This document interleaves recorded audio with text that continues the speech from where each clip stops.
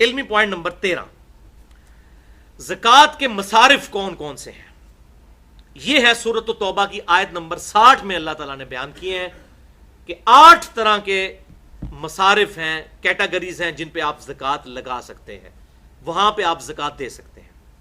بسم اللہ الرحمن الرحیم، انما الصدقات للفقراء، بے شک صدقات، زکوٰۃ، فرض صدقہ، یہ تو ہے غریبوں کے لیے، فقیروں کے لیے۔ فقیر اس غریب کو کہتے ہیں جو سوال نہ کرتا ہو لیکن ہو غریب۔ والمساکین، اور مسکینوں کے لیے۔ مسکین اس غریب کو کہتے ہیں جو لوگوں سے مال بھی مانگ بھی لے۔ فقیر وہ جو مانگے نہ لیکن وہ اپنی حالت اس کی نظر آ رہی ہو کہ یہ غریب آدمی ہے، سفید پوش۔ اور مسکین وہ جو سائل بن کے آئے، مانگ لے، دو گے۔ نمبر 3، والعاملین، اور زکوٰۃ وصول کرنے والے، یعنی سرکاری ملازم جو اس ڈیوٹی پر ہیں کہ لوگوں سے جا کے زکوٰۃ کیلکولیٹ کرتے ہیں، کلیکٹ کرتے ہیں۔ اس زمانے میں بھی ظاہر ہے اونٹ، بکریاں اور یہ گائے وغیرہ لے کے آنا یہ بڑی ذمہ داری کا کام تھا، اتنی دور سے جا کے یہ ساری چیزیں، تو باقاعدہ لوگ ہوتے جو عاملین کہلاتے تھے۔ 3 ہو گئی۔ نمبر 4، والعاملین علیہا، جو ان پر وصول کرنے والے ہیں۔ نمبر 4، والمؤلفۃ القلوبہم، اور جو تالیف قلب کے لیے جو مال ہے وہ بھی دیا جا سکتا ہے۔ کوئی نیو مسلم ہے، ابھی وہ اتنا صحیح طریقے سے اسلام کی طرف نہیں آیا، اس کو اسلام سے محبت دلانے کے لیے آپ اس کی مدد کر دیتے ہیں کہ چلو یہ اسلام میں آیا، ہم سب لوگ مل کے اس کی مدد کریں، تو زکوٰۃ میں سے ہو سکتی ہے۔ آپ صلی اللہ علیہ وسلم نیو مسلم کی کیا کرتے تھے، بخاری اور مسلم میں موجود ہے۔ آپ صلی اللہ علیہ وسلم نے غزوہ حنین کے موقع پر ابو سفیان کو 100 اونٹ دیے تھے تالیف قلب کے لیے۔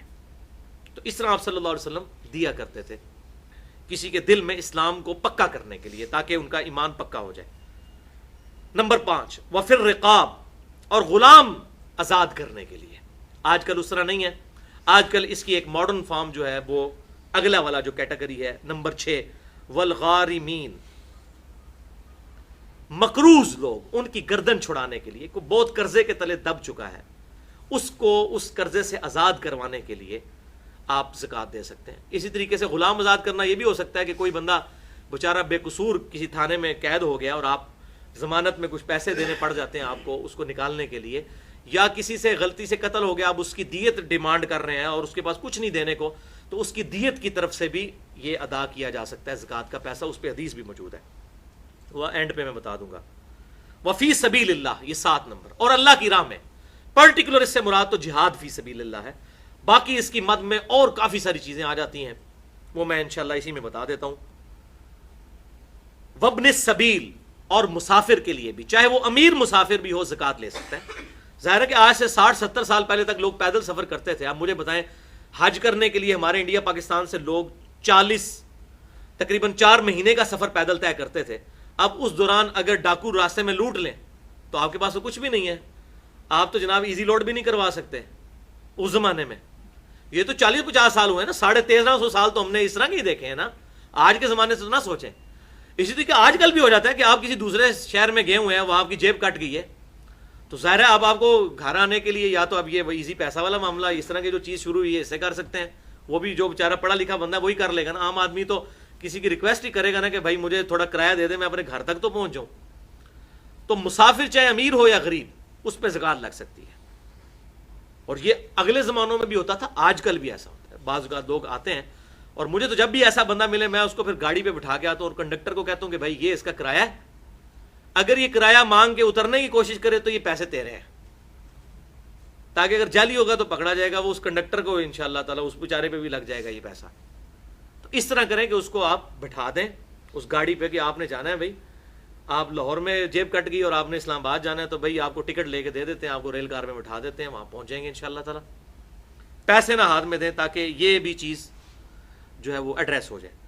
فریضۃ من اللہ، یہ 8 جو مصارف ہیں یہ اللہ کی طرف سے فرض کیے ہوئے ہیں۔ واللہ علیم حکیم، اور اللہ تعالیٰ علم والا، حکمت والا ہے۔ اللہ کو یہ پتہ ہے کہ اس نے یہ نصاب کیوں ان لوگوں کے لیے زکوٰۃ رکھی ہے، یہ اللہ کی حکمت کا تقاضا ہے، اس نے اپنے علم سے یہ چیزیں جج کی ہوئی ہیں۔ بخاری اور مسلم کی متفق علیہ حدیث ہے، بخاری میں 1496، مسلم 121، کہ آپ صلی اللہ علیہ وسلم نے ارشاد فرمایا کہ زکوٰۃ مالداروں سے لے کر غریبوں میں تقسیم کی جائے گی، یعنی امیروں سے لے کر امیروں میں نہیں، مالداروں سے لے کر غریبوں میں، اور وہ یہ 8 کیٹیگری اوپر آ گئی۔ اس بات پر بھی اجماع ہے کہ میاں اپنی بیوی کو زکوٰۃ نہیں دے سکتا اور بیوی اپنے خاوند کو زکوٰۃ نہیں دے سکتی۔ ویسے تو بخاری اور مسلم میں آتا ہے کہ جو مرد اپنے بال بچوں پہ جو کچھ لگاتا ہے وہ صدقہ ہے، لیکن وہ زکوٰۃ نہیں لگا رہا ہوتا، مراد یہ اللہ کے حضور صدقہ لکھا جائے گا، جیسے میں نے پچھلی دفعہ کتنی بتائیں، سبحان اللہ بھی کہنا صدقہ ہے، الحمدللہ کہنا بھی صدقہ ہے، لا الہ الا اللہ بھی صدقہ ہے، اللہ اکبر بھی صدقہ ہے۔ اس طرح میاں بیوی کا ایک دوسرے پہ خرچ کرنا بھی صدقہ ہے، اور اس میں صحیح مسلم کی میں نے حدیث بتائی تھی، ایون میاں بیوی کا آپس میں ازدواجی تعلق قائم کرنا بھی صدقہ ہے، اس پہ بھی ثواب ملے گا، لیکن آپس میں ایک دوسرے کو زکوٰۃ نہیں دے سکتے۔ وہ جو فتاوی عالمگیریہ والا مسئلہ ہم نے سنا، وہ والا چکر بھی نہیں کر سکتے، ہیلا بازی بھی نہیں کر سکتے۔ اسی طریقے سے اس پہ بھی اجماع ہے کہ اولاد کو زکوٰۃ نہیں دی جا سکتی، اولاد اپنے ماں باپ کو نہیں دے سکتی۔ ماں باپ میں اس کے اپنے ماں باپ بھی شامل ہیں، دادی دادا بھی شامل ہیں، اور نانی نانا بھی شامل ہیں، یعنی آپ خود جس کی اولاد ہیں یا جو آپ کی نسل سے ہے ان کو آپ ڈائریکٹ زکوٰۃ نہیں دے سکتے، لیکن بہن بھائیوں کو آپ زکوٰۃ دے سکتے ہیں، اور سب سے افضل زکوٰۃ یہی ہے۔ بخاری اور مسلم کی متفق علیہ حدیث ہے، بخاری میں 1466، مسلم میں 2318، اور سنن نسائی میں بھی ڈیٹیل کے ساتھ 2583 ہے۔ آپ صلی اللہ علیہ وسلم نے فرمایا کہ عام غریب آدمی کو صدقہ دینے کا 1 اجر ہے، اور رشتہ دار غریب کو دینا 2 اجر ہے، کیونکہ اس میں اللہ تعالیٰ صدقے کا اجر بھی دے گا اور رشتہ داروں کے ساتھ حسن سلوک اور صلہ رحمی کرنے کا اجر بھی دے گا، لہٰذا رشتہ داروں کو دینا زیادہ افضل ہے، ڈبل ثواب ہے۔ اور یہ اس لیے ہے کہ اکثر جیلسی بھی رشتہ داروں میں ہوتی ہے، یہ تویز دھاگے بھی رشتہ دار کرواتے ہیں، ایک دوسرے کو وہ پھلتا پھولتا نہیں دیکھ سکتے، دوسرا بندہ کبھی بھی آپ سے جیلس نہیں ہوتا۔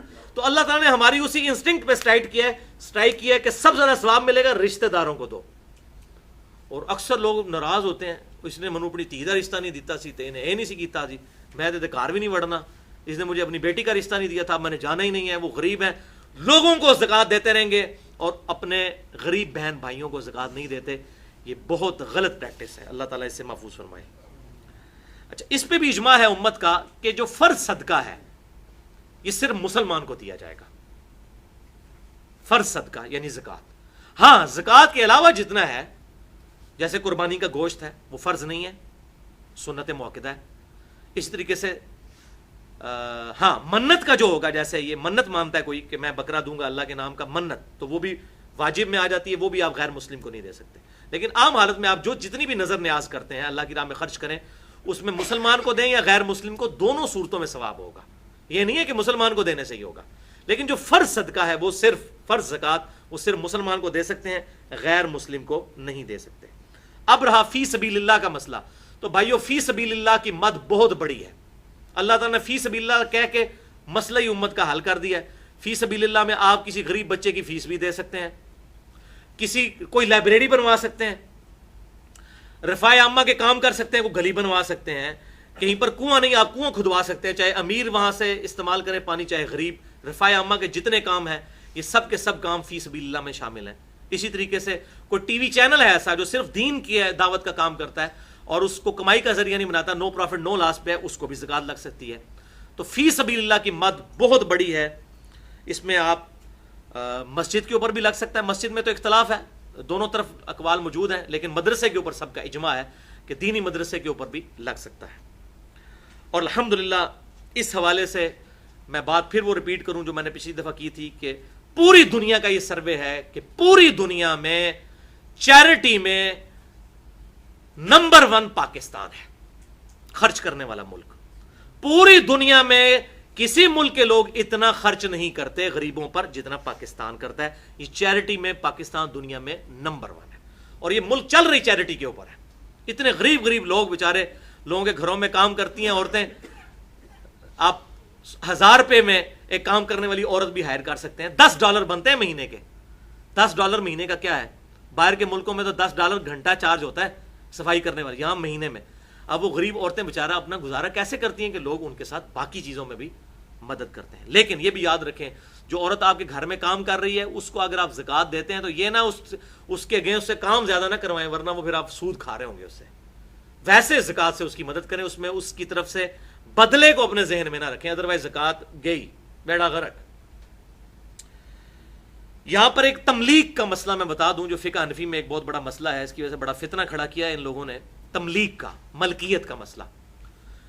فقہ حنفی میں یہ مسئلہ انہوں کی کتابوں میں لکھ دیا اور وہ آج تک اس کو ڈیفینڈ کر رہے ہیں، ان کے پاس کوئی دلیل اس کی نہیں۔ وہ کہتے ہیں کہ جی زکوٰۃ کے لیے مالک بنانا ضروری ہے، مالک بنانا ضروری ہے، جب تک مالک نہیں بنائیں گے اس وقت زکوٰۃ نہیں آپ کی ادا ہوگی۔ وہ مالک کی مرضی، جس طرح مرضی خرچ کرے۔ مثلا اگر میں چاہتا ہوں کہ زکوٰۃ میں سے کسی کو راشن دوں، وہ کہتے ہیں یہ نہیں آپ کر سکتے، آپ اس کے ہاتھ میں رقم پکڑائیں، وہ اپنی مرضی سے راشن لے یا جو وہ مرضی کام کرے، ورنہ آپ کی زکوٰۃ ادا نہیں ہوگی۔ حالانکہ زکوٰۃ آپ راشن کی شکل میں دیں، کرنسی کی شکل میں، کسی بھی شکل میں، اس پہ امت کا اتفاق ہے۔ وہ کہتے ہیں نہیں جی مالک بنانا ضروری ہے۔ اچھا اب آپ ان سے جا کے پوچھیں یہ آپ جو مدرسوں کی ریسپٹ کاٹتے ہیں اس میں تو آپ مالک کوئی نہیں بنا ہوتا۔ جب یہ رسید کاٹتے ہیں آپ سے پوچھتے ہیں نا یہ زکوٰۃ کی مد میں ہے یا ویسے ہے، تو آپ کہتے ہیں کہ زکوٰۃ ہے، تو وہ زکوٰۃ والی رسید رہتا کاٹ دیتے ہیں، تو اس میں تو مالک کسی کو نہیں، مالک کا نام لکھا ہوتا ہے، آپ کا ہی نام لکھ کے واپس کرتے ہیں۔ ہونا تو چاہیے اپنے اس کا مالک کا نام لکھیں۔ اب میں آپ کو حیران کن اندر کی بات بتانے لگا ہوں، یہ آپ جا کے آپ جو فقہ حنفی کے مدرسے ہیں ان سے جا کے کنفرم کرنا ہے، چونکہ میں بھی رہا ہوں نا، مجھے پتہ ہے سارا کچھ۔ وہ دائیوں کو ٹھڈ تو نہیں چھپے ہوتے، تو جو دائیں ہوتی ہیں ان سے پیٹ نہیں چھپے ہوتے، ان کو تو پتہ ہوتا ہے۔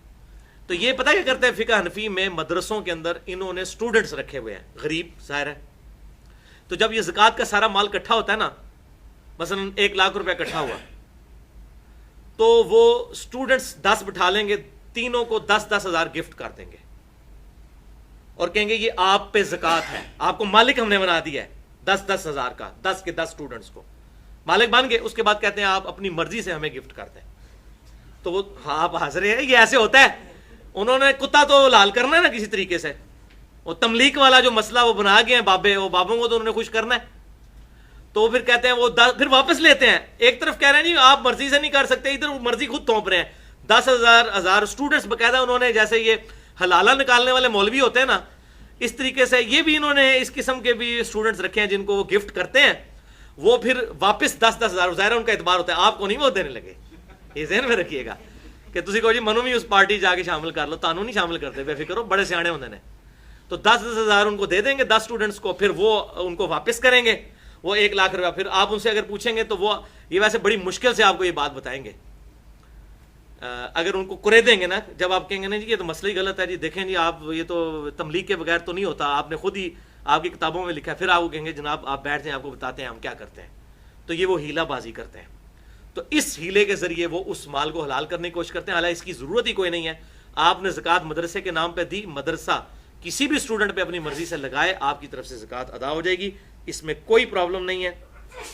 بلکہ کہ یہاں پہ تو نمازوں کا بھی گفٹ کیا جاتا ہے، نمازوں کا فدیہ، یہ بھی آپ کو پتا ہے، یہ بھی فقہ حنفی کا ایک مسئلہ ہے کہ اگر آپ کے کوئی ماں باپ میں سے کوئی مر گیا تو کہتے ہیں جی اس کی کتنے سال اس نے نمازیں نہیں پڑھی، اتنے سال، تو فی نماز ایک صدقہ فطر جو ہے اس کے ایکویلنٹ آپ اس کا نہ ادا کریں۔ اب 20 سال کی اگر نمازیں کسی کے باپ نے نہیں پڑھی ہیں تو 20 سال روزانہ 5 نمازیں، اور وہ تو بنے گا لاکھوں میں، تو لاکھوں کہاں سے آپ نمازوں کا فدیہ دیں؟ وہ کہتے ہیں کوئی مسئلہ نہیں ہے، آپ 10 نمازوں کا تو فدیہ دے سکتے ہیں نا جی، فی نماز 200 روپیہ، ٹھیک ہے جی، یا 300 روپیہ، جو بھی وہ بتاتے ہیں۔ تو آپ کہتے ہیں ہاں یار 3,000 روپے تو میں دے سکتا ہوں، تو وہ کہتے ہیں ٹھیک ہے آپ اس طرح کریں 10-10 کر کے دیں، آپ ہمیں 10 کا گفٹ کریں، ہم آپ کو واپس گفٹ کر دیں گے۔ تو پہلی 10 نمازیں آپ کی 5 نمازیں ہو گئیں، 10 نمازیں ہو گئیں، پھر اگلی 10 نمازیں ہو گئیں۔ اس طریقے سے 1 گھنٹے کی ایکٹیویٹی ہے، لیکن 1 گھنٹے میں اگر کسی کا باپ بخشا جائے تو کوئی زیادہ مشکل کام تو نہیں ہے۔ دیکھیں نا جی 1 گھنٹے کی محنت سے 1 گھنٹے کے لیے تو فرشتوں نے، چلو 1 گھنٹے کا تو شاید کوئی تھوڑا بہت ریلیکسیشن اللہ تعالیٰ سے بھی لے لی جائے کہ یا اللہ 1 گھنٹے کے لیے تھوڑا سا آفتاب ڈیلے کر دے، میں ایسے زیادہ بندوبست کر رہا ہوں۔ یہ اس طریقے سے کرتے ہیں، بولے اعوذ باللہ تعالی۔ بہرحال یہ بات ٹھیک ہے، بخاری اور مسلم کی متفق علیہ حدیث ہے کہ آپ صلی اللہ علیہ وسلم نے فرمایا کہ اگر کسی کے منت کے روزے رہتے ہوں اور وہ بندہ مر جائے تو اس کی طرف سے اس کی اولاد ادا کرے، اس طریقے سے حج ادا کرے، اولاد ادا کرے۔ کسی نے اس طریقے سے منت مانی ہو تو اولاد پوری کرے گی، لیکن نمازوں کا کہیں نہیں ملتا کہ جی وہ جو نمازیں اس طرح فرض نمازیں، ہاں منت کی نماز اگر کسی نے مانی ہوئی ہے تو اولاد منت اس کی طرف سے پوری کر سکتی ہے، لیکن وہ پیسے دے کے نہیں، خود نماز پڑھ کے۔ 20 سال کی نمازیں کوئی نہیں کسی کے لیے پڑھ سکتا، تو منت کیا ہوگی، کسی نے 10 نفل مانے، وہ بیچارہ فوت ہو گیا تو اس کی طرف سے اس کی اولاد پڑھ سکتی ہے، بخاری و مسلم سے ثابت ہے، لیکن منت کے فرض نمازیں نہیں۔ یہ مسئلہ بھی الحمدللہ میں نے کلیئر کر دیا.